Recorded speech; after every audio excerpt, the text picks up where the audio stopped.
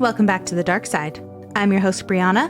Dyson's here, and this is Dark Adaptation. Woo!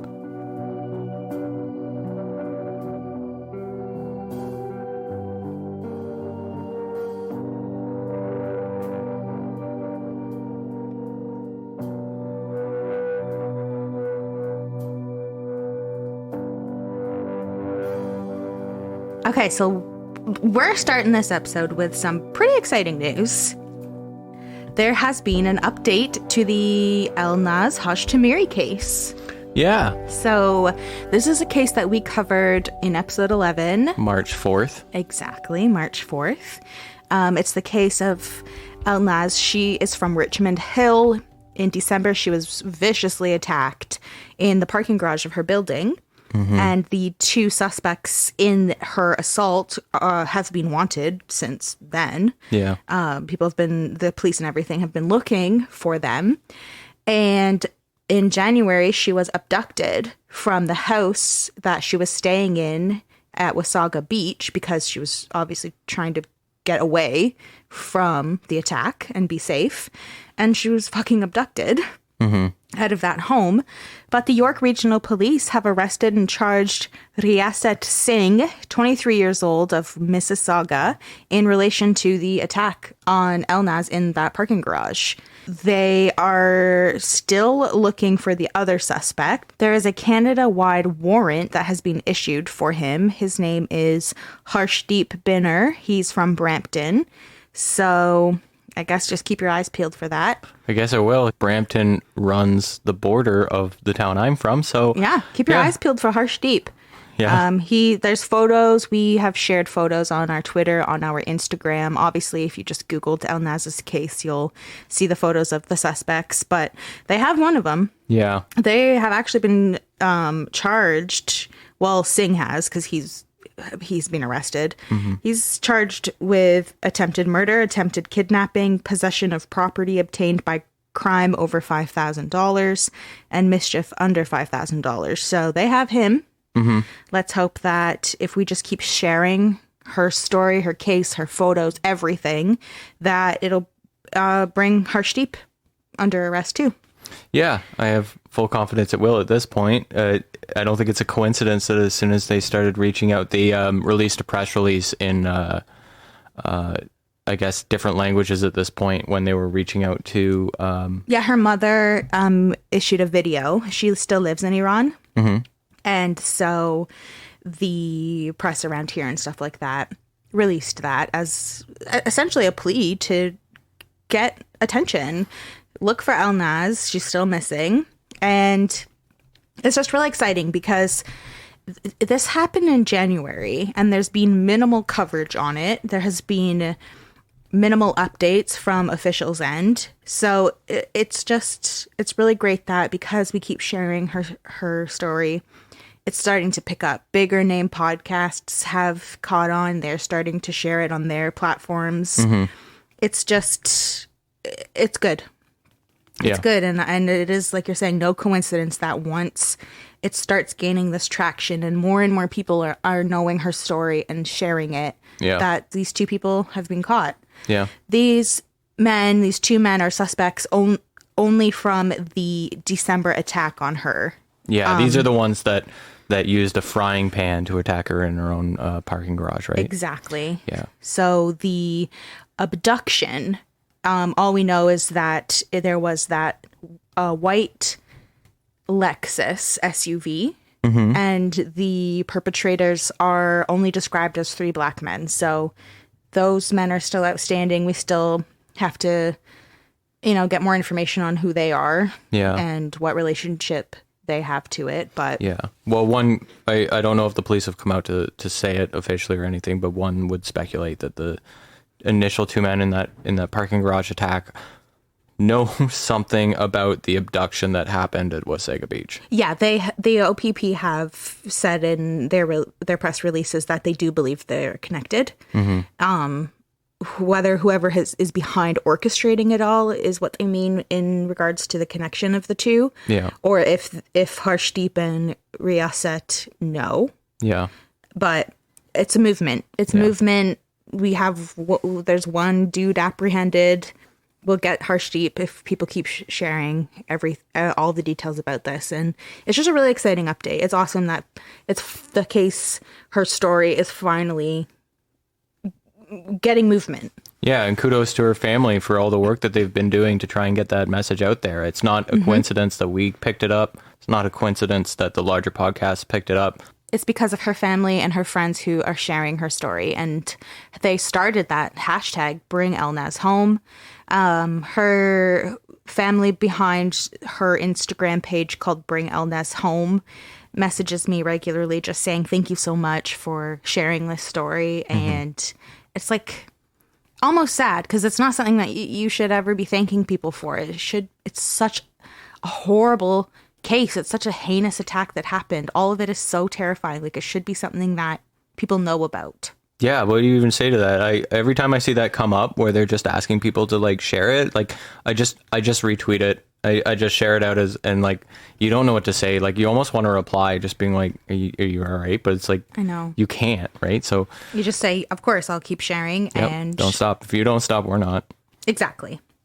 So yeah, that's just I was really happy to see that sort of movement, and just everyone keep doing what you're doing, keep sharing, and we'll get answers soon. Yep.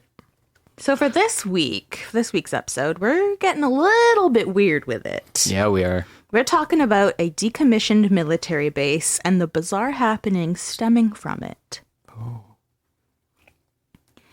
Camp Hero, a decommissioned military base located in Montauk, New York, is thought by many to have hosted government-sanctioned human experiments involving mind control, time travel, abduction, and hallucinogenic drug experiments. If you're thinking, man, that sounds more like the plot of a TV show. Well, there's this little show. I don't know if any of you have heard of it. It's called Stranger Things.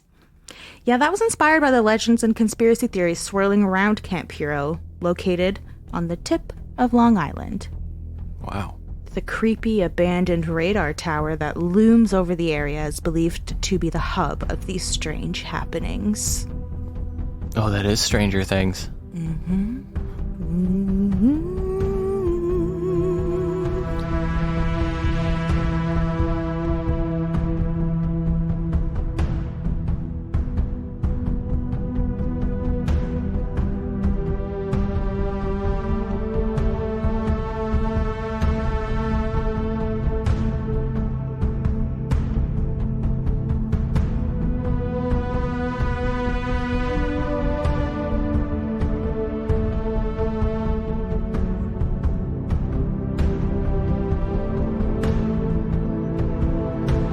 In April of 2009, a Montauk resident living in a housing development near Camp Hero phoned police. He said when he went to bed the night before, the dish on top of the old Cold War radar tower was pointing to the northeast, as it always has.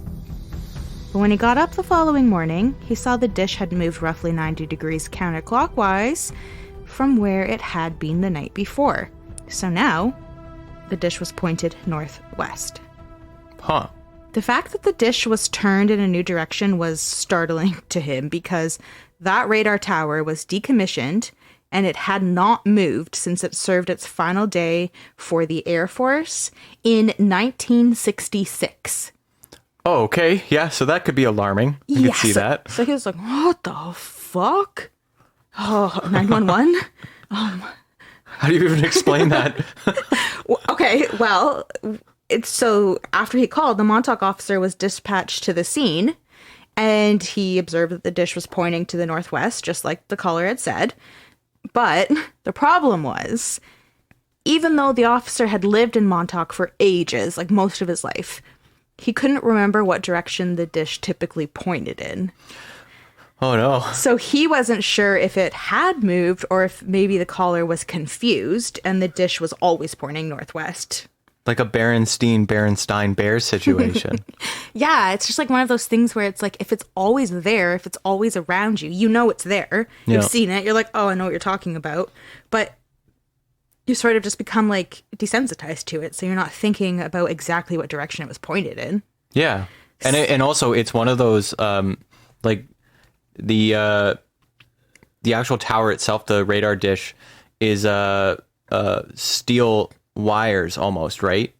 Like it's not like a flat. You're not picturing like a satellite dish. You're picturing like almost like a it's meshed kind of like metal. it's the skeleton of it. Yeah. So at one point it was a solid dish, but because it was decommissioned since the 60s, now it's just sort of like the metal skeleton. So of I can imagine that probably threw people off because they look at it and they're like, well, like it looks like it's pointing that way, and then you would be like, well, it's pointing that way, and then like 5 years later, you're like, wait, is it pointing the wrong way now? I know. Yeah. So this guy obviously was like had a good vantage point, or frequently looked at it, and when he woke up, he was like, Mayday, mayday. Mayday, mayday.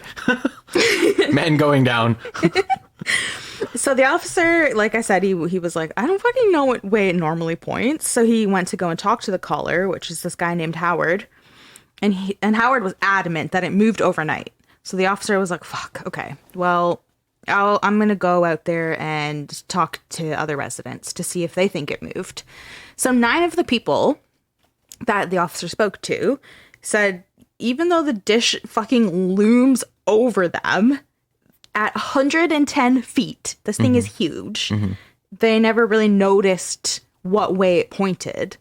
So they were in the same position as the officer. They're like, I don't fucking know. It's just there. I haven't paid attention to exactly where it's facing. Yeah. So the officer went to speak with a lifelong local resident, this guy named Max, who said that the dish always pointed northeast. That's the way it pointed. It's always pointed that way. So when the officer was like, okay, Max, you want to come out here with me? Just take a look at it. Max looked at it and he became really agitated, and he said that it absolutely moved overnight. It should be facing northeast, and it was facing northwest. Weird. So police called the New York State Park Commission office to confirm how the radar tower was typically situated. They're like, okay, half the residents have no fucking idea because they don't pay attention, and the people who think they know are saying it moved. So let's get the Park Commission and see what they say. So the office was like, sure, whatever, I'll check the records here. So they checked the 2002 plans for when the tower had been made into a state park exhibit. It should be pointing northeast. Uh-oh. Yeah, so it moved. Whoopsie doodle. Oopsie doodle. The Montauk Fire Department was called to the scene since it was apparent that this fucking dish had moved. And officials were worried it was coming loose from its moorings in the concrete tower. So the concrete tower is 90 feet tall, and the steel dish is 20 feet high and 40 feet wide. Okay. So it's a big boy. It's huge. Yeah. So the fire department's ladders couldn't reach the top of the concrete base to examine the moorings. So it was decided that they just abandoned their efforts because if it was true that the dish was loose, they didn't want to risk it coming down, like falling on top of everyone. Totally understandable. Because it's fucking huge. So they were like, okay, we're in over our head here. Yeah, and this thing recently moved. Why don't I get my ladder and loom under it? Yeah, hold on. Like they're getting a cat out of a tree? No, it's a fucking 40 feet wide satellite dish. Yeah, I don't know if that thing lands on its feet. So the fire department and the police instead decided to put a police cordon around the base of the tower until the parks department could dispatch experts to deal with the situation. And to get the experts in, that was arranged for the Friday, which is 2 days later, because this call from Howard came in on the Wednesday. Right. So the dish didn't move on Wednesday night. Okay. It didn't move on Thursday night. Gotcha. But Friday morning, the dish was facing southwest. So again, it moved 90 degrees in the night. Oh my God. So creepy. And it's not like I know we're harping on it, but it's a wire, like it's a skeleton. It's not like it's picking the wind. Like, no. It's not like a parachute just catching the wind and shifting either. No, it's moving. Oh no. It's moving. It has to be moving. Because now it's like, okay, well, maybe it faced north, and the residents are like, oh, I don't know if it faced northeast or northwest. Like, I don't know. Like, now it's drawn, everyone's attention has been drawn to it. So they know that, okay, well, even if it wasn't facing northeast before, it's certainly facing northwest. So then 2 days later, to have all this attention on it, you look at it, it's obvious it moved because everyone knows what way it was Even facing the authorities were like, it's now facing this way. Yeah, and they got confirmation. Yep. Like, it shouldn't be facing that way. So now, at this point, it's 180 degrees moved. Completely around. Wow. So it's like, ooh. So a team of 15 experts from New York City Bridge and Flange Repair Company arrived in 3 trucks on Friday afternoon. And when they arrived, they were just met by this huge crowd of people that were behind the police barrier out there to watch. Because now, like I said, everyone's attention is on it. They're like, well, what the fuck is going on? Yeah, it's a fucking really interesting mystery right now. So the men, they were in helmets, they had all this climbing equipment, pickaxes, they got up on top of that concrete base and they spent an hour trying to see why the dish had moved, but they could not find any signs as to why or how, and the heavy bolts that held it all in place, they were a little bit rusted, but they were firmly holding everything in position. Yeah. There was no danger of the dish falling or coming loose or anything. The foreman from the company said, "It's as solid as a rock." I trust that man. I trust him with my goddamn life, actually. That bad boy ain't going nowhere. Christ. I don't know how to do a New York accent. Slaps the tower. This bad boy can hold so many conspiracies. So there was this a guy, local, a Montauk war veteran at the scene, and he was also a retired Air Force colonel. His name is George Pincus.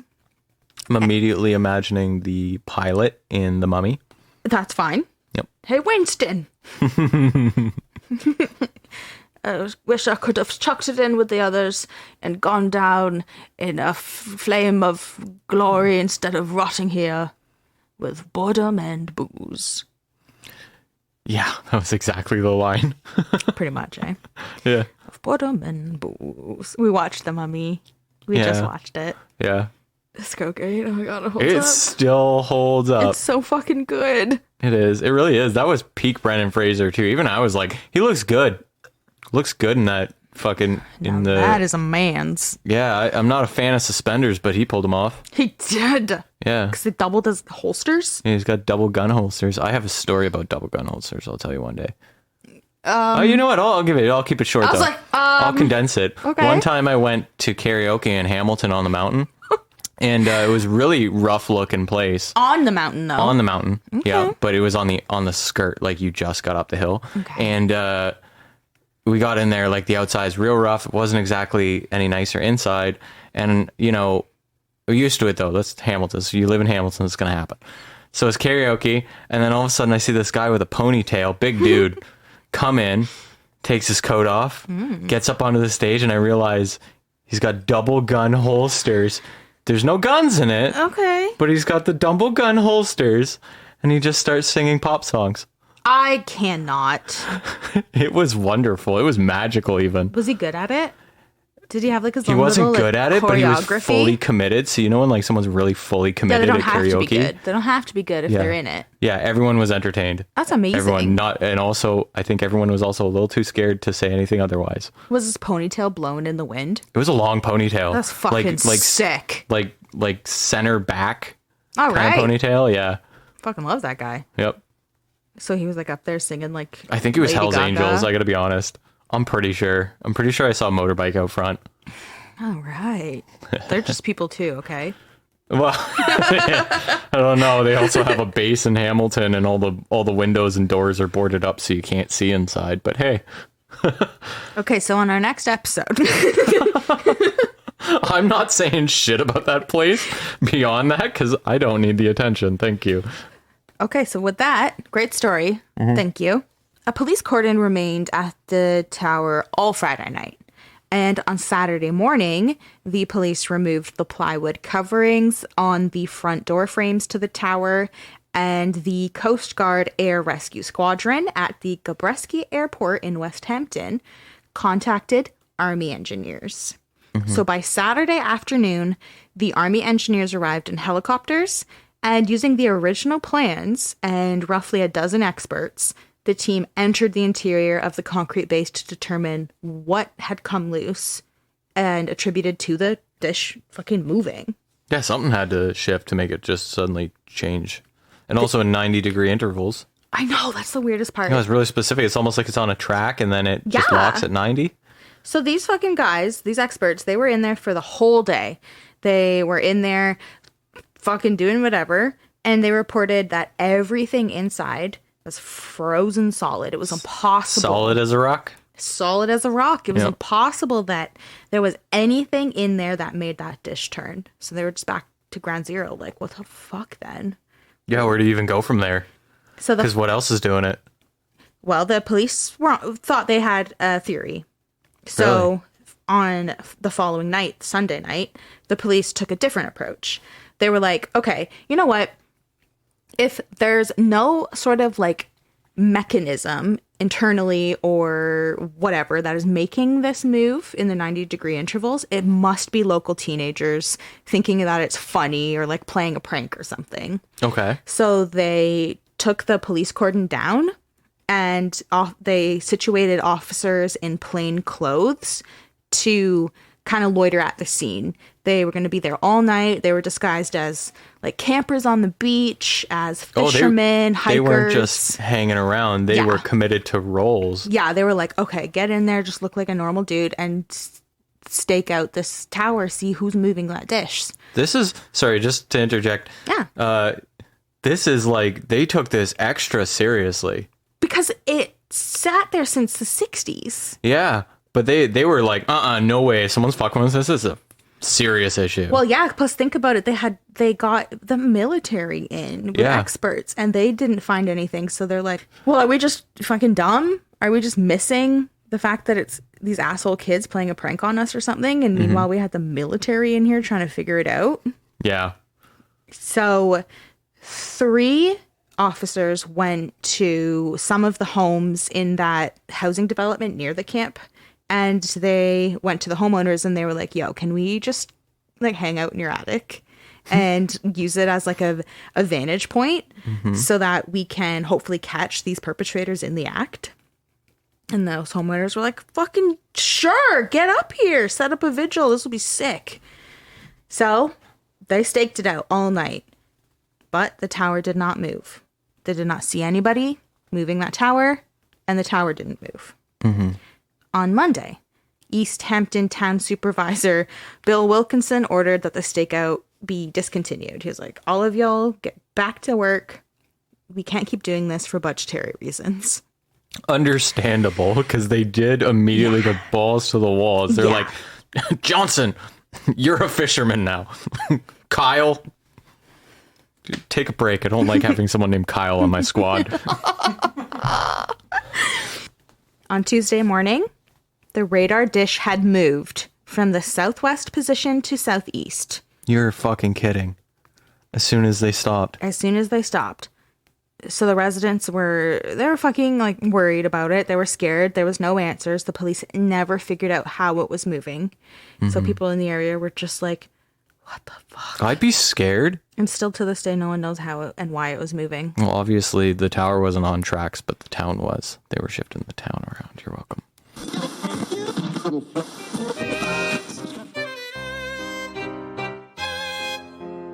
Do you like horror movies? Do you like hanging out with your friends? Do you like having a laugh? Do you like podcasts? Well, you should check out our podcast, Spoils of Horror. We're not a review show. We're a horror movie hangout where we talk about movies that are lost, forgotten, popular, and bizarre, all in the scary realm. You can listen to our podcast while you're doing just about anything. You could be washing your dishes. You could be washing your cat. You could be washing your genitals. All forms of genitals accepted. We are a fully inclusive genitalia show. Yes, we are the #1 ideal podcast for washing your genitals. Our genital Yelp reviews are unsurpassed. 5.5 stars. You don't want to know where that half came from. Now that you know that, check us out on all major platforms. You can search for Spoils of Horror on all social media sites. Come and hang out with us. We'd love to see you. And your genitals. Bye.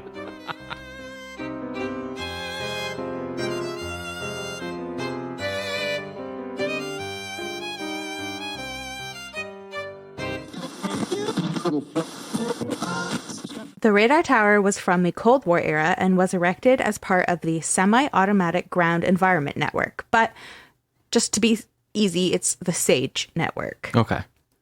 And this network involved large computers and radar sites used to aid in America's defense against Soviet attacks.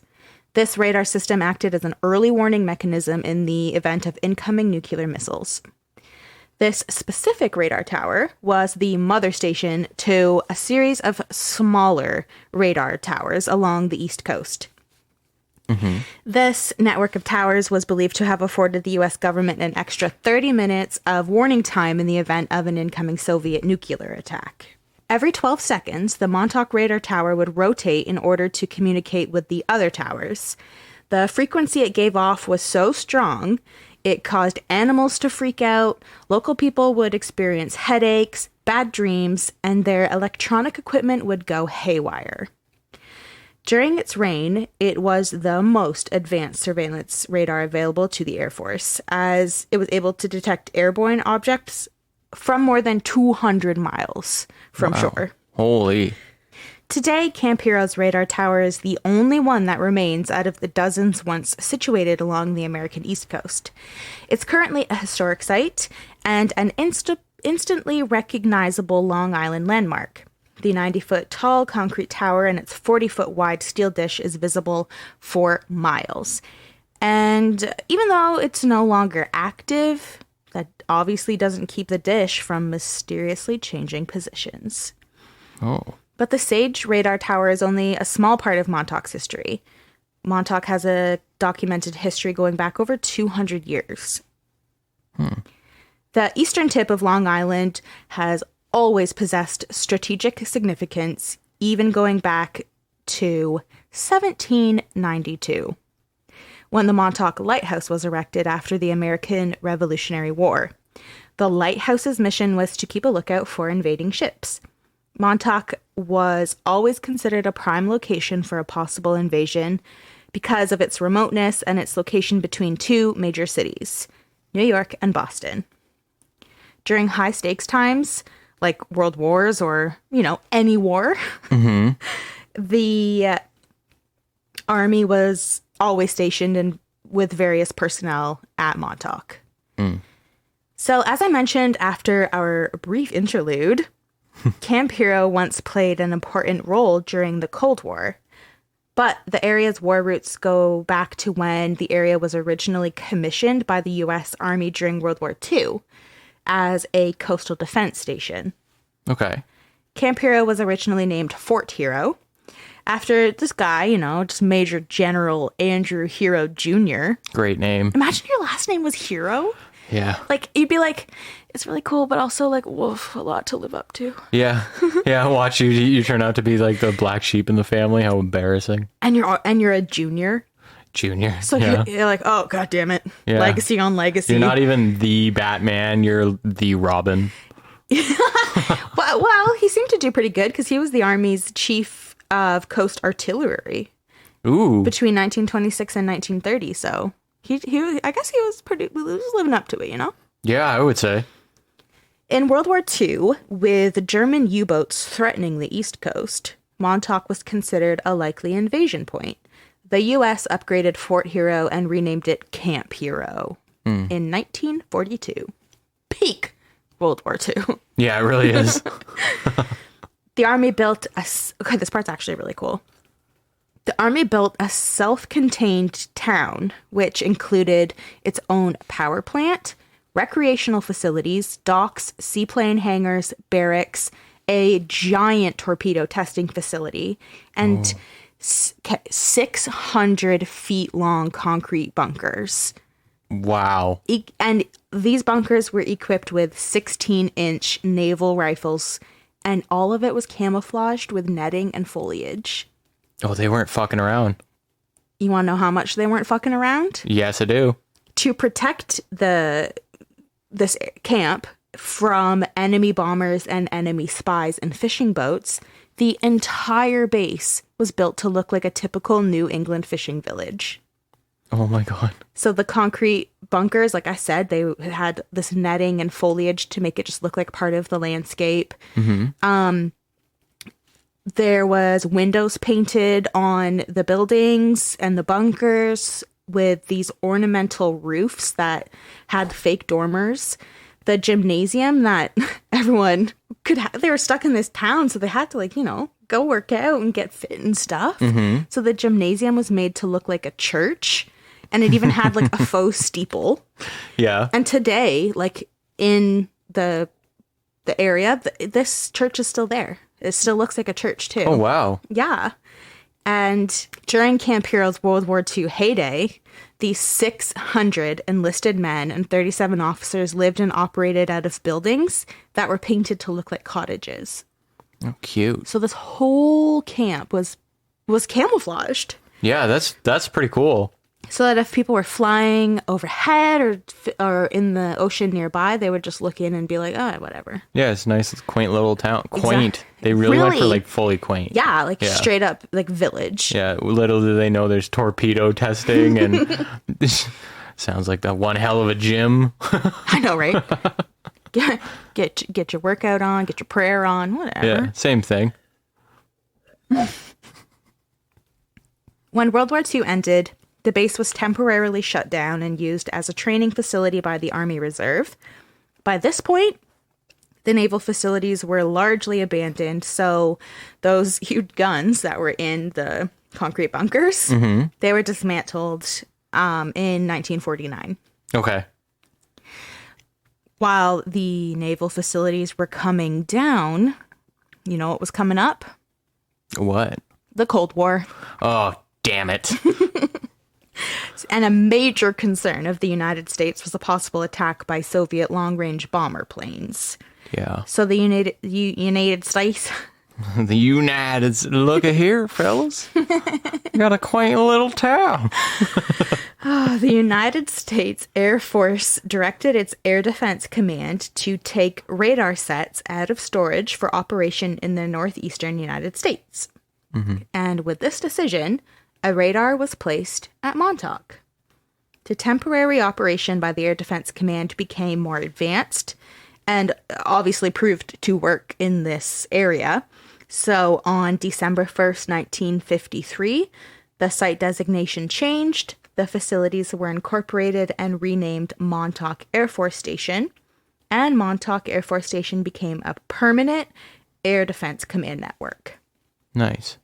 In November 1957, the Army closed the Camp Hero portion of the military reservation, but the Air Force continued using the western half of the facility for their radar surveillance. Okay. The eastern portion of the site was donated to New York State, but it remained abandoned because of its close proximity to the high security radar facility. Yeah, I could see why. So even though they're like, New York's like, sick, we got all this land, look at that. And meanwhile, the military is like, get the fuck away from our land. Yeah. Stay back. Cordoned off again. So throughout 1958, Montauk Air Force Station worked to join the SAGE system, you know, that large computer network with radar sites used in America's defense against Soviet attacks. That whole the whole thing trying to save us from nuclear destruction. Exactly. That little thing. SAGE system. It's a great name. Yeah. Yeah, I like it. So much better than semi-automatic blah, blah, blah, blah, blah, blah, blah. I love that it's semi-automatic. Like, I don't want to fly over a semi-auto anything. No. Thank you. So by December 1960, the large high-power AN/FPS 35 radar tower, which is the one we've been discussing since the beginning of this episode, Yeah. it became operational at Montauk. It was supposedly the second ever built, and it used frequency diversity technology, making it resistant to electronic countermeasures. Wow. That's so they can't even knock it out. Whoa. Nope. The AN/FPS 35 was so powerful that it disrupted local TV and radio broadcasts, and it had to be shut down several times and recalibrated. Oh. Because people are like, "The fuck! I'm trying to watch my program. Yeah. Trying to sit down and watch my shows." The statics keeps happening, and you're just trying to watch Bob Barker, who I assume has been on the air since television was invented. I wonder what people were watching in December or in 1960, 1961. Dick Van Dyke, maybe? All in the Family, maybe? No, that was 70s, wasn't it? Leave It to Beaver. Brady Bunch? We have no idea. Wait, no, Brady. Is this 70s? I have Marsha. People listening are like, for fuck's sake. Shut the fuck up. Get your trivia knowledge under control. Burn your house down. 5 stars. Fuck you. Okay, so by 1966, the radar tower was a significant part of the Cold War. And guess how many military personnel were needed to keep this radar tower and the base operational? Oh, it was Kyle. Oh, just one man. One guy. Just one it's guy like a named lighthouse, Kyle. yeah. Maybe 2 at the most. Okay, how about 200? Oh. Yeah, that was my third guess. Okay, so your third guess was right. 200 military were stationed at this base. 200 military. We had 200 militaries. That's 200 That's a military lot of personnel were people. stationed at this base, which is why they had the like cool like gymnasium that was disguised as a church. That was from like the World War II times, but in the Cold War times they did a similar thing. They had these people who were like permanently stationed here, so they had erected a dining hall, barracks for the people to live out of. Yep. They even put in a bowling alley. Oh, really? Yeah, and Oh. today, if you go to Camp Hero, the bowling alley is still there. It's still there. It looks like shit, but it's still there. That's insane. I know, it's just so cool. I love it when there's like Cold War era military shit and like and we never took it away. The Still. Cold War is so fascinating to me. Hence why I'm giving you this history. Yeah, I love it. Well, It's important. I'm giving a history lesson. well, it's cool too because I'll have to take a look one day and see. But you know, at my cottage, the radar bases that were up there were Cold War era systems, part of Canada's Yeah. defense system, and for the same purpose, they had an entire network that went all the way up towards the Arctic to identify any Russian bombers flying over Canada to reach the States. Yeah, and it's Yeah. like the old base was like, it's right near your cottage. Like it Yeah. looms over it. It looked a little different though. We used to call it the golf ball. There used to be 3, I believe. And I remember them when I was probably like 10. There was still the 3 and slowly they dismantled it and it became the French equivalent of medieval times. That's so fucking random. Yeah, and then that obviously did not pan out because it's abandoned again. No, but because your cottage is in like tourist town. Yeah, and then the neat thing is I did get a chance to go in there before, like when they decommissioned it, before the new buyers got a chance to build anything. I did manage to get in there. What was it like? It was all cement, gutted out building, but you'd walk in there and they still had like it was wild. There was still the like black and white tiling on the walls and the green turquoise colored doors that are so military. It's so Soviet and sounding. you could kind of tell where the all the I guess the large computers were. Okay. You could tell where they were Like too. the control center almost. Yeah, exactly. Like almost if you imagine, obviously not this degree, but you know, if you've ever seen like when they talk about like inside like a nuclear reactor, they got all those big computers. Yeah. It's just like those were colored like, buttons and lights and flashing. yeah, and you could tell where they put those. Yeah. That's so cool. You got to see that? Yeah. There's still photos up there somewhere, I think, on the internet that you can have a look at. But yeah. That's they had a so whole base neat. there. I was wondering if it was part of Sage, but who knows? Well, probably. Yeah. That's just like the overall name for like how technology was advancing with like the radio and stuff. So like, Yeah, it used to be a large, before it was strictly a tourist town, it used to be a large military area. The military would be stationed there. oh my God, Yeah, that's so fucking cool. yeah. Fucking history, man. Woo! Cold War's what we've been waiting for. Drop the bomb, babies! But no. So the radar tower went strong for over a decade. But by 1978, the Air Force had submitted a proposal to the Carter administration to close the base. Mostly because they believed that it was becoming obsolete since there was this emergence of like the orbital satellites So like that was better for the reconnaissance technology that they needed to use for this sort of like surveillance. So Right. they were like, Yeah. we got satellites now. I think it's time to put this bad boy to rest. Yeah, we stop paying 200 people to stay here when we have this thing flying in space. Exactly. Yeah. So I don't know, whatever, if Jimmy was still the president at this time or if it was the administration after Jimmy Carter, but the Montauk installation was shut down on January 31st, 1981. Okay. But remember, this fucking radar tower is huge. So removing the antenna from on top of it proved to be a huge pain in the ass. I could imagine, yeah. So they were just like, leave it. Good call. It was abandoned in Good call. place. Yeah, Like, well, it's solid easier. as a rock. That's right.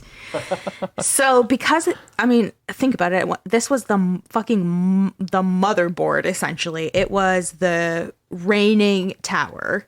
So its presence was known. It was used so heavily. So even though they had shut down this installation, they had to keep a ground air transmitter receiver facility there to redirect incoming and nearby military aircraft to sort of get the word out there, essentially, like, yeah, we're kind of not here anymore. Okay. So for 3 years, they had people stationed there being like, no, this isn't an active place. Sorry, we're close. You know. Sir, this is a Wendy's.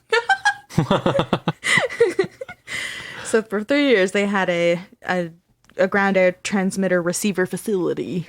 Nice. Love Why it. can't the military use anything that just flows off the tongue? I don't know. They got Sage. That was a peak moment for them. Acronym, though. Yeah.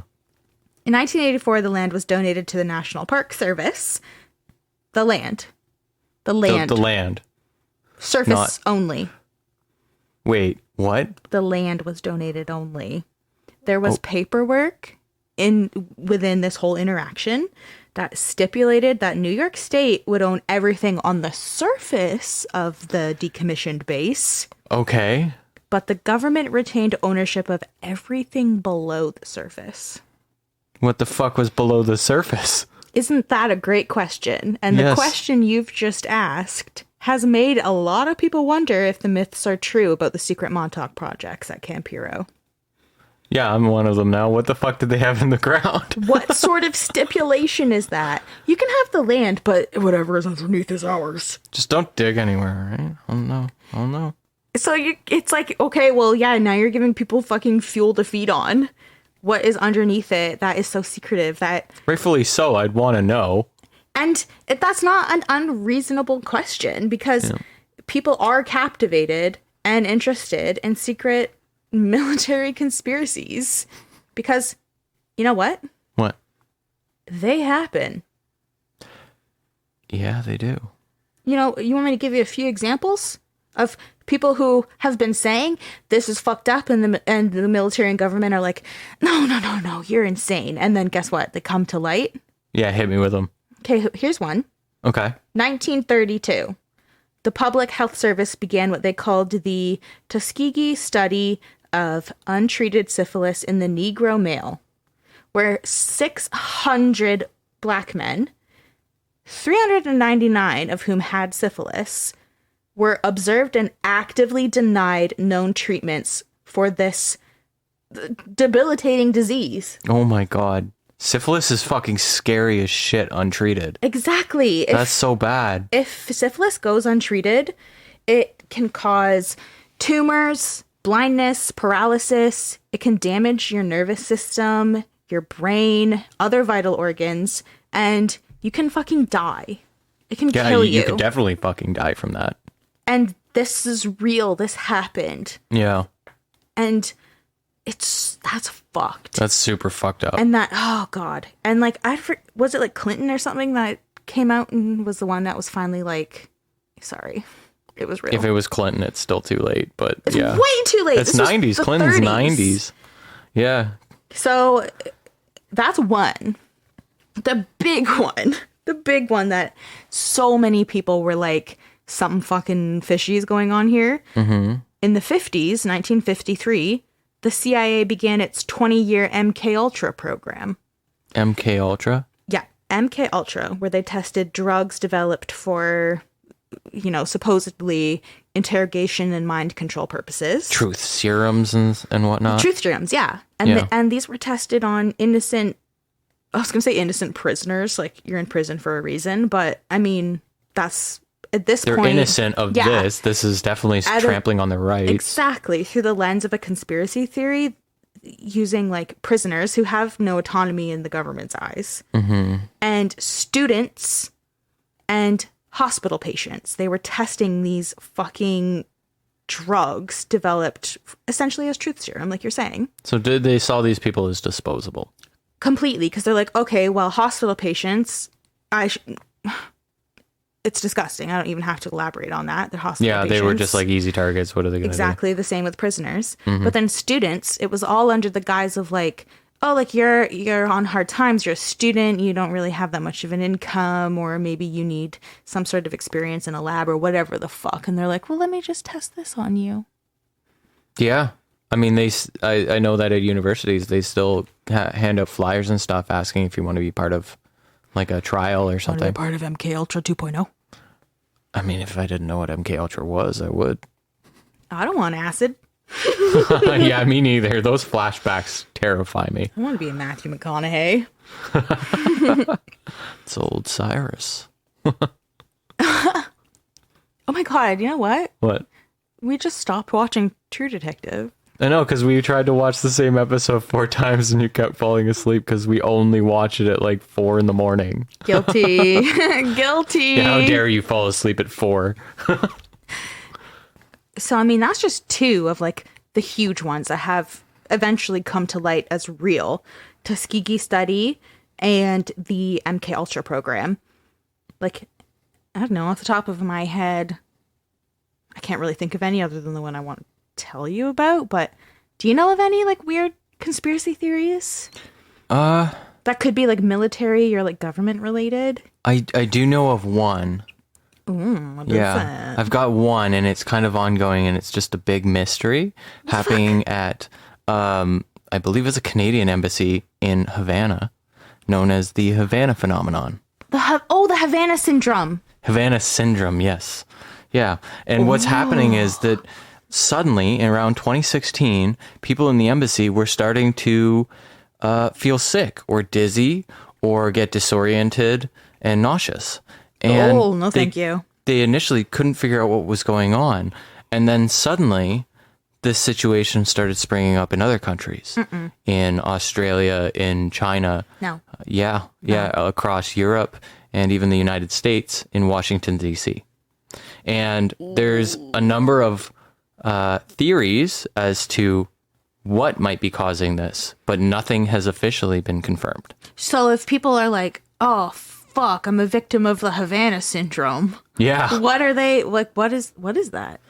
Well, there's 3 running theories as to what's causing it, but essentially it's sound that is messing with people in a way that, due to a long-term exposure, is causing them to almost lose their minds. Ooh. Yeah, it's very scary. Imagine you're working on your computer and then you just get nauseous, but you do it every day.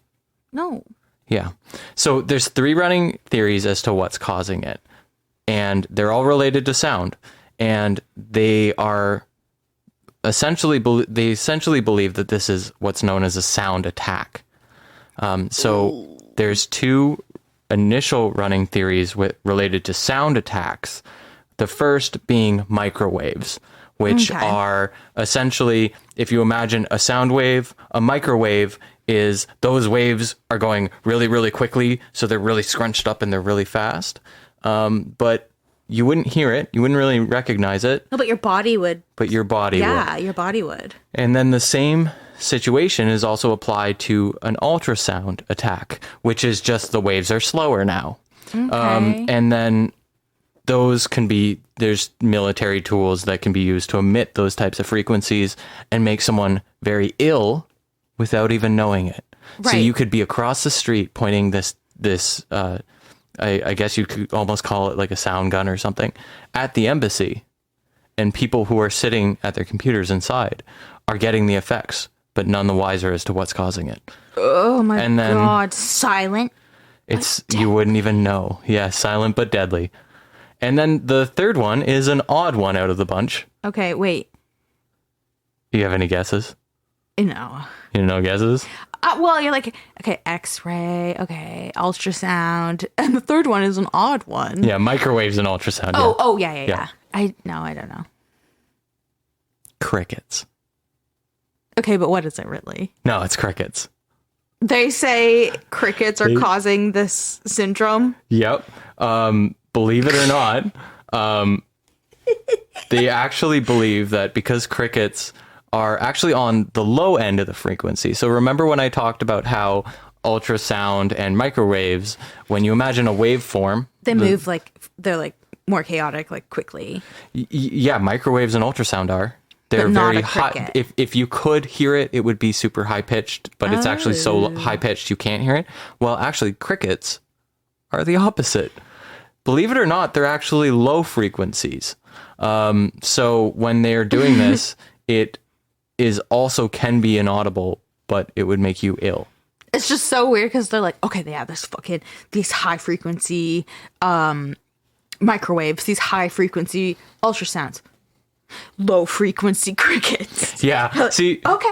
Yeah. See, I All mean, right. to me, I'll leave it up to our listeners to determine, but it keeps happening at embassies or important areas like that. And it suddenly sprung up around 2016. So I'll say that. Do you think crickets suddenly decided they just wanted to fuck our shit up or not? No, also, maybe this is a dumb question, but if it's in all of these different embassies, does the entire world have crickets? I don't know. Yeah, that's the weird thing. I know Europe and probably Australia and Okay, so- Washington, but what Washington actually, DC? Has crickets. Yeah, but the White House? Like they're like really? Like Yeah. the embassies in There's very DC and patriotic Washington. crickets. Yeah, they're saluting. But who knows? Maybe someone was just fed up with the administration and they're like, I don't know how I'll get back at them. I'll release a cricket and drive them nuts. Hey, man, it can happen. But yeah, so it's all undetermined because they can't really figure out what's causing it. So the best theories are those three. You know what? That's a good one because I have a feeling that in like 20 years, we'll have someone come out and say, yeah, I remember the Havana syndrome. Sorry about it. It was real and, so-and-so was responsible for it. I believe it. So Yeah. that's a good one that fits in. Now I'm worried I'm going to be writing episode 18 and I'll be like, huh? I'm ill. I'm ill. Havana syndrome. Okay, so that is spooky. And no thank you to the Havana syndrome. Also, yeah, doubt it's crickets. Yeah. Do you have one? Well, I mean, I did give you two, Yeah. but guess what? What? I got a third. Oh, nice. And this happened between 1945 and 1959. And it's when the United States launched the Secret Intelligence Program. Oh. And it has a very scary name. Are you ready? Mm-hmm. Operation Paperclip. Oh, get the fuck out of here. Spooky. You're fucking with me. There's not something called paperclip. Yep, it's called Operation Paperclip, and even though the name sounds non-threatening, well, it's where Nazi German scientists, engineers, and technicians were taken from former Nazi Germany to America for government employment after the end of World War II. Okay, right off the bat, you hit me with Nazis. Nazis. Nazis. She was a Nazi. Said she was a Nazi. Doesn't like carrots, does she? No one's gonna get that reference, but maybe one person, and I love that one person. I'm going to keep it in then for the one person that might get it. Yeah. Some of these fucking creepy Nazi German scientists, engineers, and technicians are rumored to have contributed their human experimentation experience to the Montauk Project. Oh. Okay. How?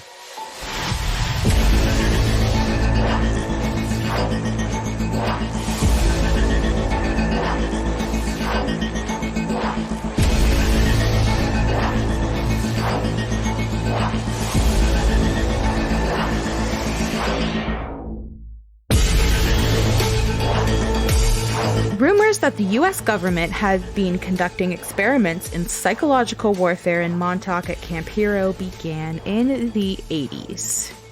And it was rumored to have been an extension of the 1943 Philadelphia experiment. Oh, okay. What is the Philadelphia experiment? Well, Dyson, I'm glad you asked. Yeah. The Philadelphia experiment is a conspiracy theory centered around the U.S. Navy and their project to manipulate powerful electromagnetic fields. And they were doing this using these electromagnetic fields aboard the USS Eldridge. And this was a huge ship that they were trying to render invisible. Okay. And they wanted it to be invisible so that Nazi radar, mines, torpedoes, all of that could not detect them while they were trying to transport goods to allies in Europe. Okay. So they were like, we gotta make this fucking thing invisible so that we can get across the fucking ocean to our allies over there. Okay. So the U.S. military has never confirmed the existence of the Philadelphia experiment, but according to conspiracy folklore, not only was the Navy able to knock out the Nazi radar, they were pretty much successful in their experiment, but it accidentally caused the USS Eldridge to not only go invisible, but travel through time. All right. Okay. All right. Yeah. Hold on. I need a minute. So they successfully made it invisible, cloaked it essentially. But there was this little hitch where it went through time. It traveled through time. I hate when that happens. Yeah. So Yeah, it's like when you're in the shower, right? Continue. You know when like you're like, oh, you know, I've got like 40 minutes before I have to get in the car and get to work. So I'm just gonna take a quick shower, and then next thing you know, you're 30 minutes late. Well, what were you doing in the shower, Dyson? Cleaning my body. I don't wash my legs. I just let the suds run down my body. Boris Johnson gets it. He gets it. So the crazy thing about this all is that I guess this theory was popular enough that a movie was made. Okay. And the movie was literally called The Philadelphia Experiment. And this movie was made in 1984. And it tells the story of two sailors aboard the USS Eldridge during the Second World War who are transported 40 years into the future. Okay. So there's this guy, you know, his name is Al Bielek. And he's like, he's watching the film. He's like, I'm 57 years old. I'm watching the film, The Philadelphia Experiment. Shit. Oh, shit. This movie looks familiar. Oh, my God. I think I've experienced something similar. Oh, no. Yeah. So he was like, I gotta go to my hypnotherapist. So he goes to his hypnotherapist and he goes under all of these different hypnotherapy sessions and he ends up uncovering repressed memories about when he worked on the Montauk project in the 70s and 80s. So he claims that the memories that were repressed that his hypnotherapist uncovered were initially forcibly locked away in his head to ensure that the experiment was kept a secret and that nobody would know about it. Oh, no. Duh, that's what a secret is. Yes. Yes, it is.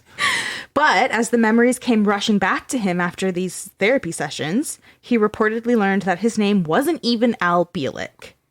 His real name was Edward Cameron, and he worked on the Philadelphia experiment with his brother, Duncan Cameron. Oh. So Bielek says that, Cameron, whatever his name is, he says that in the 1940s, Nikola Tesla figured out how to make the USS Eldridge invisible. But it opened up a wormhole. Oh, Jesus Christ. So he figured out how to make it invisible, but some fuckery happened, and now there was a wormhole into the future. So the ship was not only invisible, but it was also absorbed into this wormhole that Nikola Tesla opened up. Oh, God damn it. So he claims that him and his brother Duncan were on the USS Eldridge when it entered the wormhole, and they ended up jumping off of it, and they landed at Montauk's Camp Hero in August 1983, so 40 years into the future. Yep. When they got off, they were looking around like, the fuck is this? There was What's a Beastie Boy?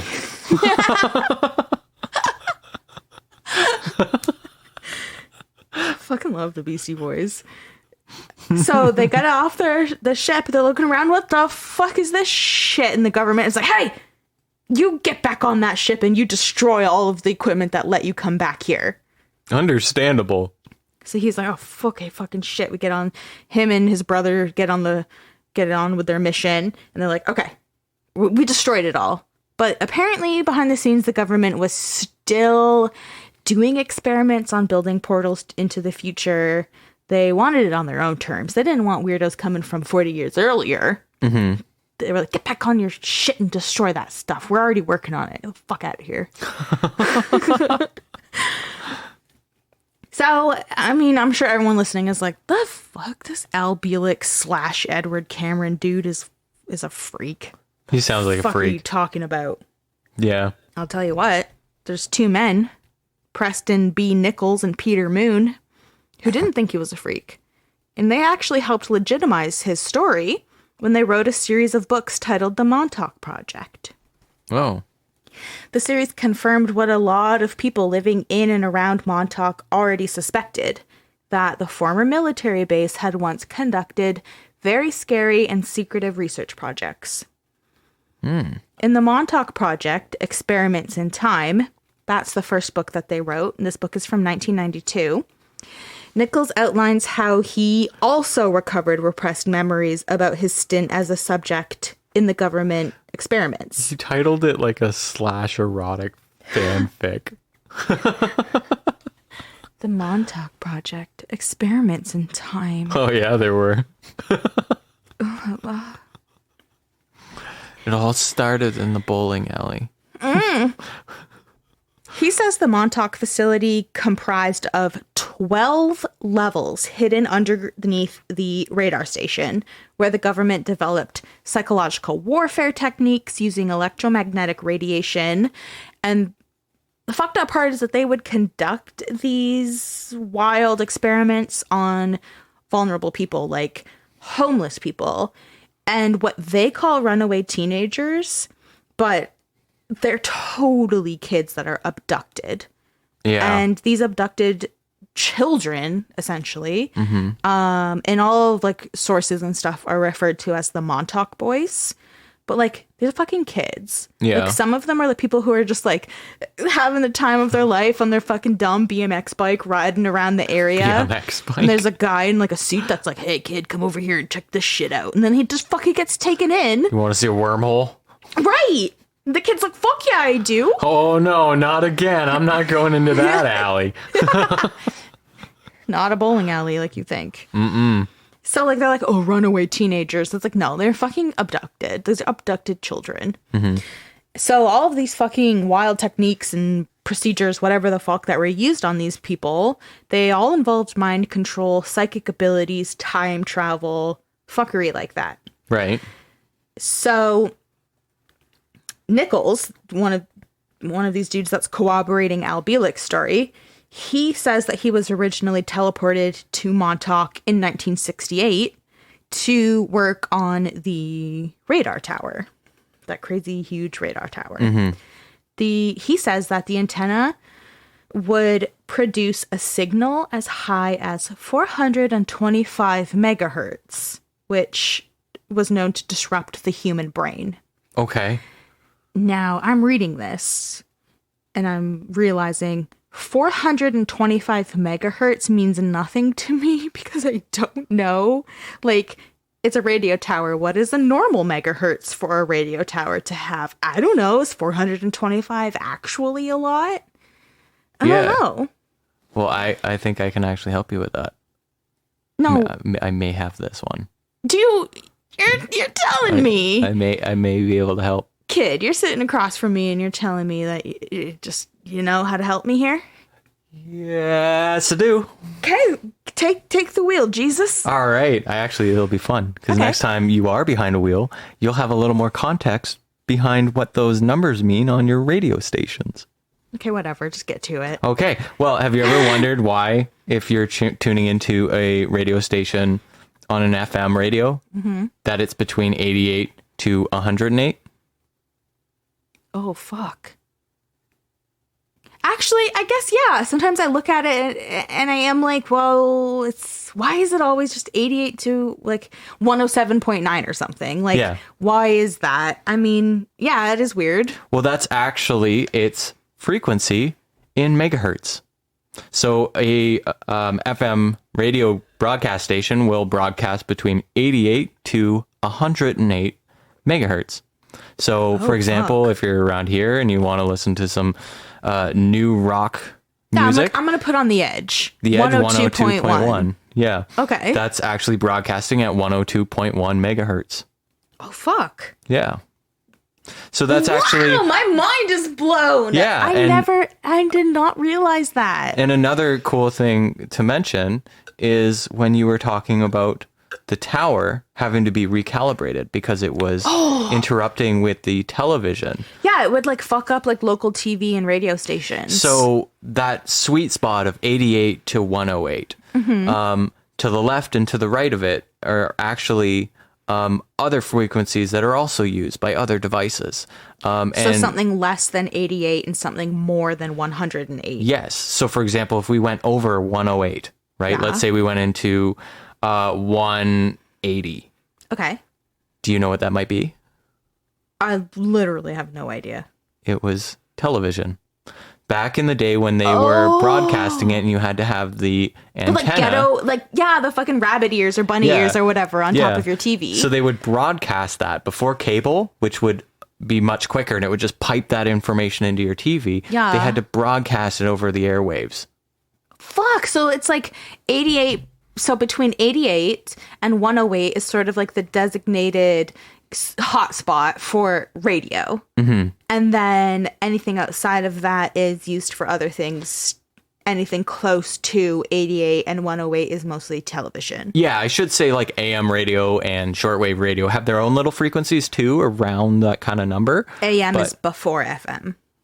Yes, that's right. So they're much lower. AM radio is before FM radio, and then this spot sort of designated after the FM radio is more for like local TV. Right, yeah. So like those free public broadcast channels for local TV stations. So to hear that it is 425 megahertz is fucking wild. Yeah. Because radio is 88 to 108 megahertz.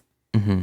And we're getting into like straight up microwaves at this point. Yes, exactly. So it's on the same spectrum. So microwaves, X-rays, even infrared light that turns on, that when you click that button to turn your TV on and off, those are all way up there. So this radar tower is operating on a basis where every 12 seconds it is rotating and communicating with the other towers. Mm-hmm. And it's pumping out 425 megahertz.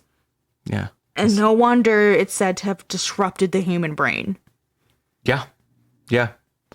Like I said, that we have instances where it's estimated that, sound attacks are messing with people's cognitive abilities, making them nauseous and stuff.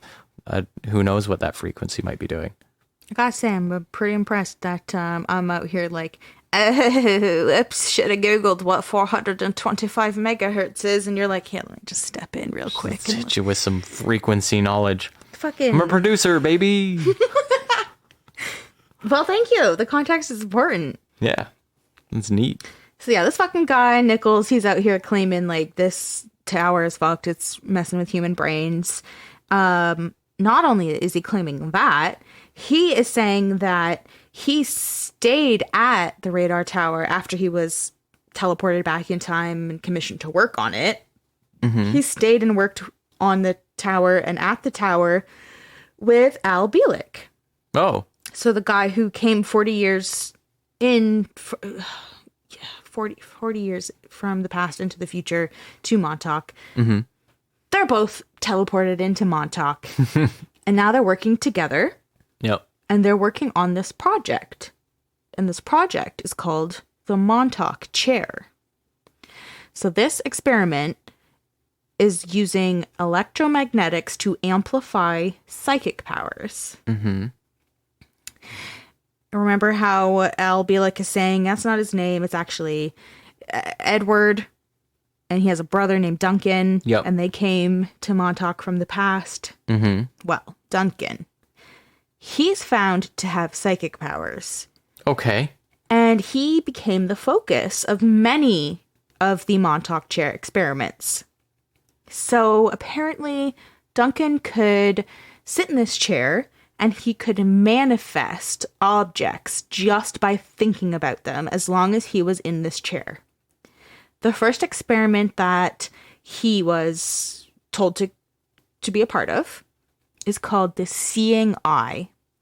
So if he was sitting in this chair, he had to concentrate really hard. And if he was like holding on to some sort of like personal artifact, like someone's hair, if he had a lock of someone's hair, Okay. then he could concentrate and he could see through this person's eyes. He could hear through their ears. He could feel through their body. And it can be anyone on the planet. Oh, that's intense. So this fucking guy is straight up Professor X or something. That explains the chair. Strapped into Cerebro, like, let's go. Nichols continued to experiment with Duncan, who was such a powerful psychic that no one had ever suspected that he was actually the man from the past in a new body. No one was like, hey, I bet this fucking guy was part of the Philadelphia experiment who's now in a new body of a guy named Duncan. Nope. No one ever even suspected that. No one would know. Never. So he tried to Nichols tried to harness Duncan's wicked powers in this chair to conduct mind control experiments using the radio dishes at Camp Hero because, they were fucking with your brain. Mm-hmm. So after several years of experimenting with Duncan in this chair, Nichols claims that they could reliably travel to other times and other places. And you're like, cool, I'd love to go anywhere on Earth. No, they could even go to Mars. Oh, all right. We're going to Mars. They went to Mars, man. Okay. Grow some potatoes, I guess. They got to Mars and they were like, Matt Damon, is that you? Yeah. I'm sure that's the first thing out of their mouth. Isn't that the reference you were making? Yeah, it was. Okay. Yeah. Duncan was proving to be very powerful. So to try something new, they're like, you know what? I'm fucking tired of going to Mars. Let's do something new here. So Nichols' superiors told him that he had to put Duncan in the chair, do all of the experiments. But when they were done, keep the chair running. So don't turn the chair off. Let it just keep going. Okay. And by doing this, it successfully created a time wormhole. Guess where this time warp went? Where did it go? 1943. Oh shit. That's 40 years earlier. Oh shit. That's the Philadelphia experiment. Oh shit. Yup. And this wormhole that they created is how Ed and Duncan came through that portal from the USS Eldridge. Oh my god. Fucking what? My mind is broken. What are portals? What are wormholes?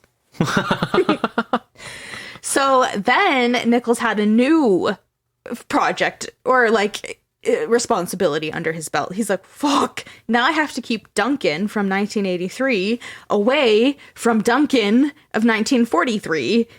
So he's like, I gotta keep them separated. We cannot let them interact because Worlds can't collide. it's going to be straight up Back to the Future in here. Yep. So quickly he realized that time travel was fucked. It was way too complex and so dangerous. He did not want to mess with it anymore. That's what's dangerous. That's what's fucked. Yeah. Everything else that was going on, abducting children, psychological warfare, all that good stuff. Fine. Yeah, they're good with it. Time travel, though. Whew! Yeah, easy. We've crossed a line. That's enough of that. So he and his colleagues, they hatched a plan. They're like, yo, Duncan, that fucking kid, he's got sick psychic powers. Let's strap him back in that chair and have him shut this project down. Mm-hmm.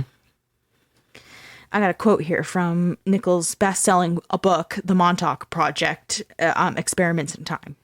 All right. I hope it's spicy. It's something. We finally decided we'd had enough of the whole experiment. The contingency program was activated by someone approaching Duncan while he was in the chair and simply whispering, "The time is now."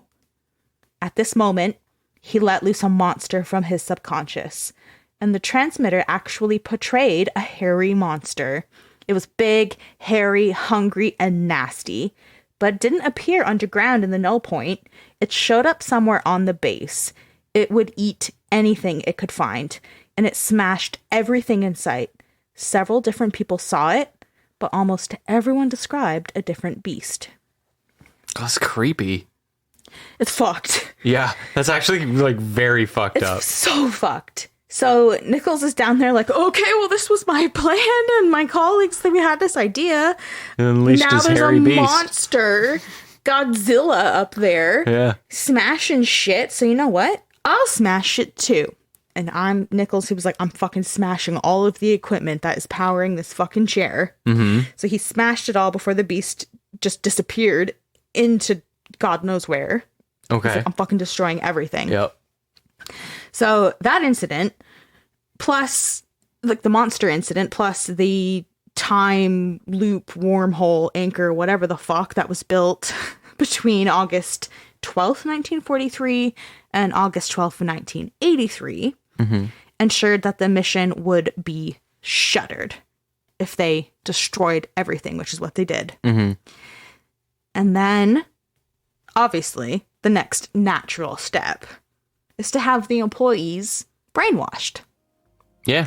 Yeah. So the employees were brainwashed, and in 1984, the lower levels of the base were supposedly filled in with cement. Okay. And that marks the end, I guess, supposedly. Maybe. Supposedly. Could be. Of the fucking Montauk Project fuckery. Nightmare. Nightmare. Absolute nightmare. A hairy, hungry, nasty beast Yep. that had to just get sent into the void by destroying all of the machinery. Yep. Fucking hell. Sounds like a certain TV show. Oh, does that sound familiar to you? Sounds a little familiar to me. Oh, fuck.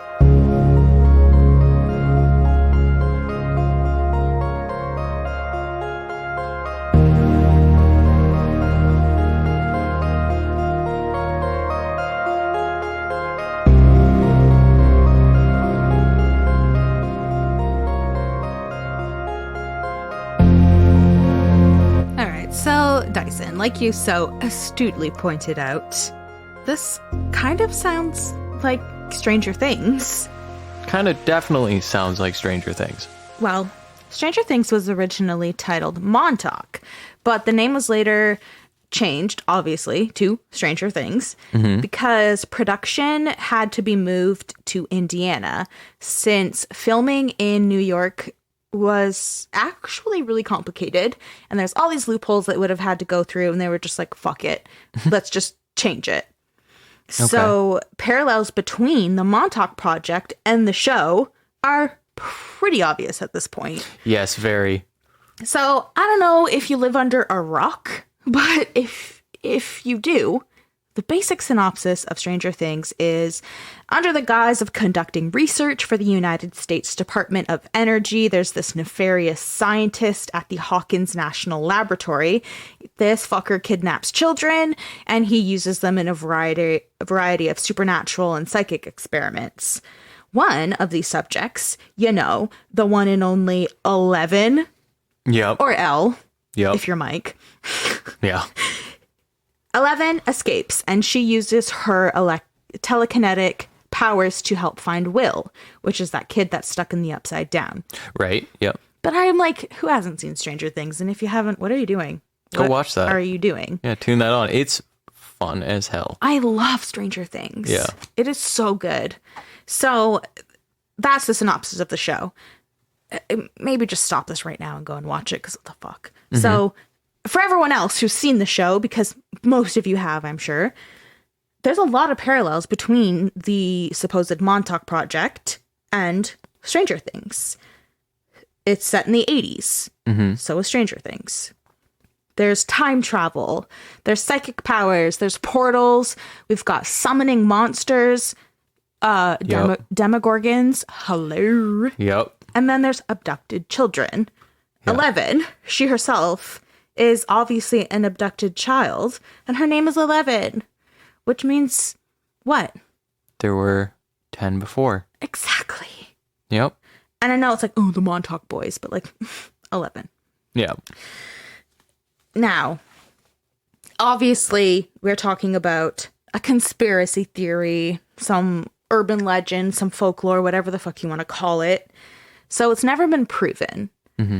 But that doesn't stop people from believing it or like going to the area, searching it, all of that. So there was actually this guy, his name is Brian Minnick, and way before Camp Hero became an official park, which I'll get into more later, he and his friends were able to explore inside of the radar tower.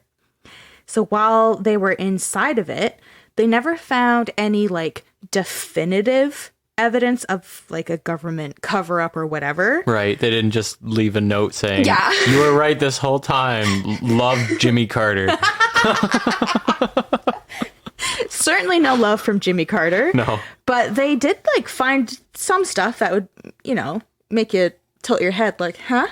What's this now? Really? So they were like, they were down there. They found different documents that were left behind. There was like a suspicious amount of sealed entrances.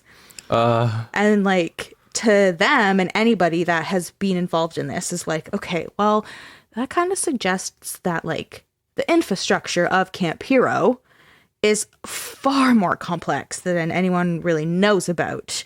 And the base operated for a lot longer than officials will admit. So true to its original history, there was much more than meets the eye. Exactly. Wow. Exactly. So going back to how the land, surface land, is sold to the state. Everything below it still belongs to the government.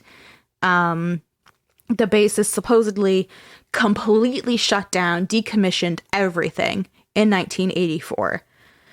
While when Brian Minnick and his friends were underground and searching through this radar tower, there was these weird tunnels that were blocked with these like heavy doors that they described as like almost bank vaults. Okay. That they couldn't get into. So real heavy duty doors on. Yeah, like don't you fucking go in there. Yeah. And some of the documents that I had said that they found showed that there was these huge quantities of food that was being ordered for the base. And it went on years after the U.S. military had supposedly decommissioned the base. What? Guess what these bills for the food, guess how much money these bills were for a month. How much? Just guess. Let's see. It's about $20 a pizza. I don't know, like for a month, let's 8,000? 8,000? Yeah. Okay.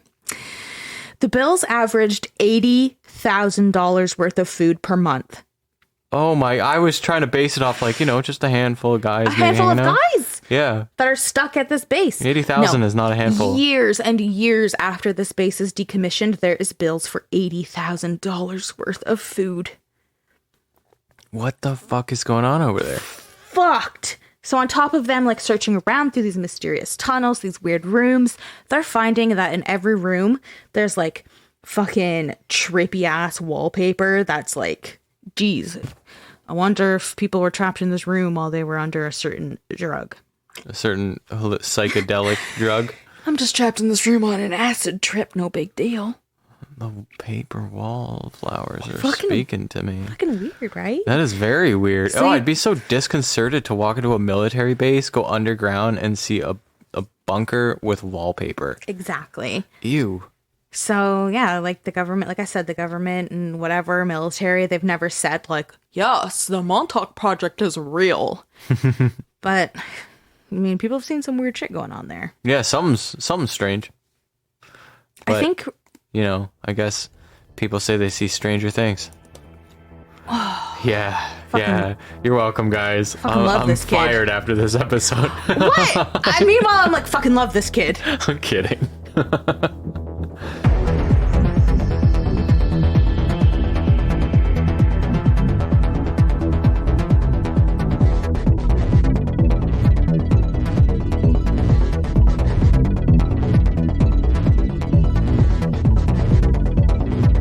In 1984, the land was donated to the National Park Service as it was deemed environmentally important because it's a fucking coastal town. It's right there. It's got like all these ecosystems that are important to animals and the animal life.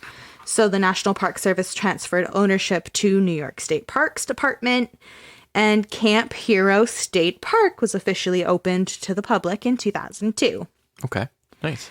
Something cool, because now it's like an official like state park, and they still got that fucking creepy ass radar tower sitting there. So they're like probably looking at it like, what should we do with this thing? Like, should we keep it? Is it safe? Whatever. And then certain people caught wind of them speculating on what to do with it. Yeah. So it was mostly fishermen that were concerned of the dismantling of the radar tower. Okay. So fishermen from that were like mainly based on the Atlantic Ocean and Block Island Sound, they all lobbied together to save the radar tower because to them, especially in the day when they were out on the ocean, it's a way better landmark than the fucking Montauk Point Lighthouse. Whoa. Wow. Yeah, so they were like, don't fucking tear that shit down. When we're way out in the fucking ocean, we can't spot that shitty lighthouse. We look for that radar tower, so don't fucking tear it down, because that's our landmark. Yeah, and also fuck that lighthouse guy. Also fuck that lighthouse. It's like, there's probably some poor bastard running on the lighthouse, and he hears that, and he's like, all these years for nothing? Doesn't like me lighthouse, does he? Doesn't like light, does he? Today, the park features forests, obviously, it's a fucking park, freshwater wetlands, and bluffs with views of the Atlantic Ocean. Visitors can drive through the park, they can bike, you can take your fucking horse there, you can go horseback riding if you want. God. Walk along the paved roads of the former military base, and, like, while you're there, you know, you could just, like, stop and have a little picnic alongside all of the fucking derelict military structures. Have a fucking time. Yeah.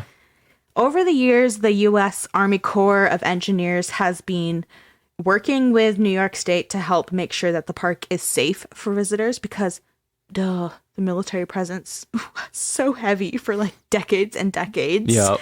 So when you go to Camp Hero State Park, you fucking get a brochure that says, yeah, so if you come across any unexploded ordnances, this is what you have to do. Okay. Literally. Jump on it. Step 1. No steps. Yes, step Don't 1. step on it. Step 1. Do not attempt to touch, move, or disturb the object. 2. Okay. Note the location. 3. Report it immediately to a park official. Oh my God. Literally a brochure of how to deal with undetonated ordnances. God. Oh my God. Could you imagine? You go there and you're like, man, there's this crazy things about this place. That's a bomb. Well, that's a bomb. What's frightening to me is because, I mean, if I saw like a grenade, I would be like, hey, that's a fucking grenade. But like, I don't fucking know what like a bomb looks like, or like I can like picture a pipe bomb, but like a bomb or like a landmine or some shit. Like, I'm not gonna fucking know. Yeah. I'm gonna see a grenade and be like, oh shit, that's a grenade. Everyone knows what that looks like. Yeah. But like, fuck. Yeah, I can't even like pay someone who's like, imagine a Cold War era bomb. I'd be like, I can't. I don't know. I know what like an artillery shell looks like, but I don't think that's what they're fucking around with over here. Hopefully they have pictures in the brochure. If anyone's listening and they're from Long Island, can you please go to Camp Hero and get us a brochure. I thought you were going to be like, send pics of bombs. Oh. The only sign of life amidst the post-apocalyptic landscape is the occasional maintenance worker. You know, just casually driving around in a truck. Mm-hmm. Just driving around in a truck in the park, just looking for unexploded ordnances. I don't know. Otherwise, you'll feel as if you have the entire park to yourself. The park is beautiful and you'll likely have a lovely visit, but you'll never shake the feeling that you're being watched. Whether it's from the eyes of the employees or unseen eyes trapped in a time warp, that's up for you to decide.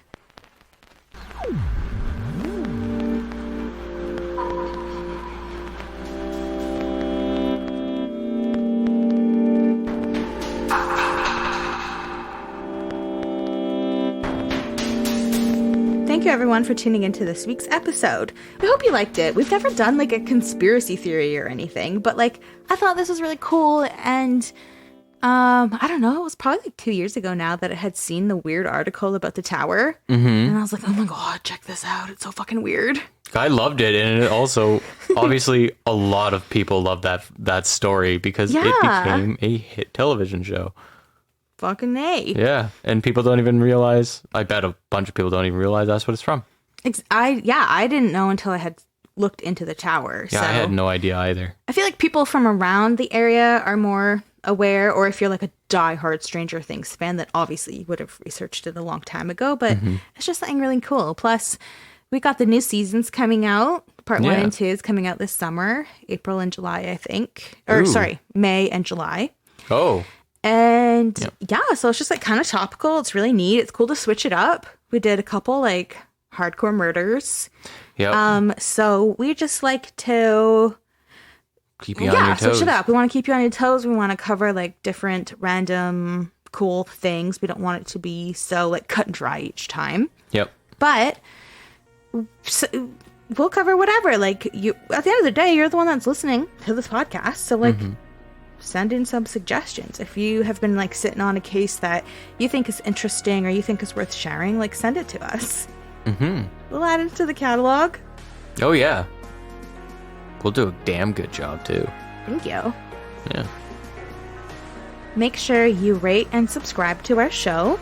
You can follow us on Instagram, on Twitter. That's the best places to get a hold of us if you do have case suggestions or have something you want to say to us. Like, reach out.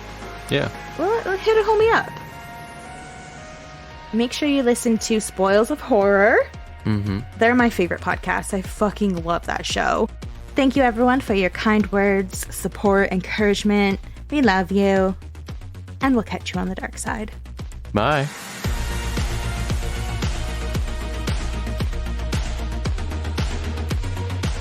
Guess how many military personnel it was that... Yep.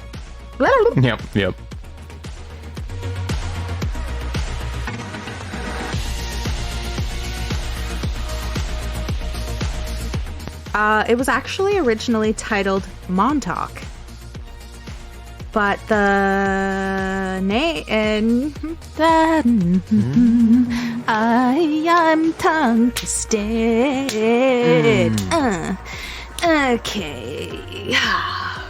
Nice. I like the flourish. Thank you.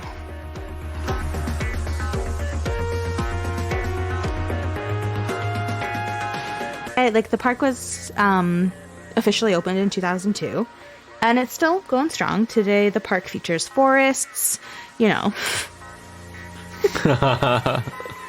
You know, you could say that this lighthouse still running strong, just like a certain franchise that came out in 2002.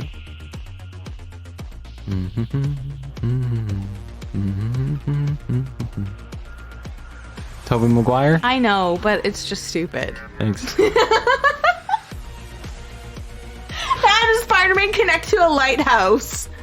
I don't know. It was 2002 wanted to do it. I love you very much, but we're going to cut that. All right.